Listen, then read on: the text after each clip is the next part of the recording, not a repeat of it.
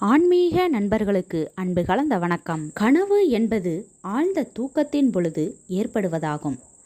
கனவு நம் மனதின் நிறைவேறாத விருப்பங்கள் பிம்பம் மனோதத்துவ ஆய்வாளர்கள் தெரிவிக்கின்றனர்.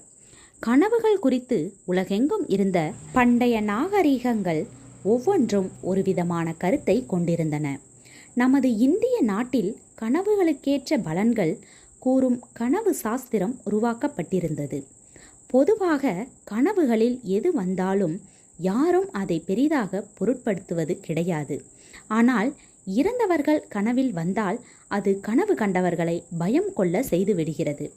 அந்த வகையில் இறந்தவர்கள் கனவில் வந்தால் ஏற்படும் பலன்கள் குறித்து இங்கு நாம் தெரிந்து கொள்ளலாம். இறந்தவர்கள் கனவில் வந்தால் நல்லதா கெட்டதா அப்படின்னு பார்த்திங்கன்னா, இறந்து போன ஒருவரின் தந்தை கனவில் வந்தால் தீர்க்க முடியாத பிரச்சனை விரைவில் தீரப்போகிறது என்று கூறப்படுகிறது. இறந்தவர்களுடன் பேசுவது போல் கனவு கண்டால் அவர்கள் மிகப்பெரிய பெயரும் புகழும் அடைய போகிறார்கள் என்று கருதப்படுகிறது. இறந்தவர்கள் அழுவது போல கனவு கண்டால் அது ஒரு தீய அறிகுறி. அந்த கனவு கண்டவர்கள் உடனே கோயிலுக்கு சென்று அர்ச்சனை செய்து கொள்ள வேண்டும் என அறிவுறுத்தப்படுகிறது. இறந்தவர்கள் நம்மை ஆசீர்வதிப்பது போல கனவு கண்டால் நமக்கு வாழ்க்கையில் அனைத்து விதமான நன்மைகள் ஏற்படுவதை உணர்த்தும் அறிகுறி அது என கருதப்படுகிறது. இறந்து போனவர்களை சுமந்து கொண்டு செல்வது போன்ற கனவுகள் வந்தால் நமக்கு வாழ்வில் சில தடைகள் விலகி நன்மைகள் ஏற்படும். இறந்து போன தாய் தந்தையர் கனவில் வந்தால் கனவு கண்டவர்களுக்கு ஏற்படவிருக்கின்ற ஆபத்தை அவர்கள் சுட்டி காட்டுகின்றனர் என்பது பொருள். இளவயதில் இருக்கின்ற தன் மனைவி இறப்பது போல் கனவு கண்டால் அவருக்கு இரட்டை குழந்தைகள் பிறக்கும் என கனவு சாஸ்திரம் சொல்கிறது.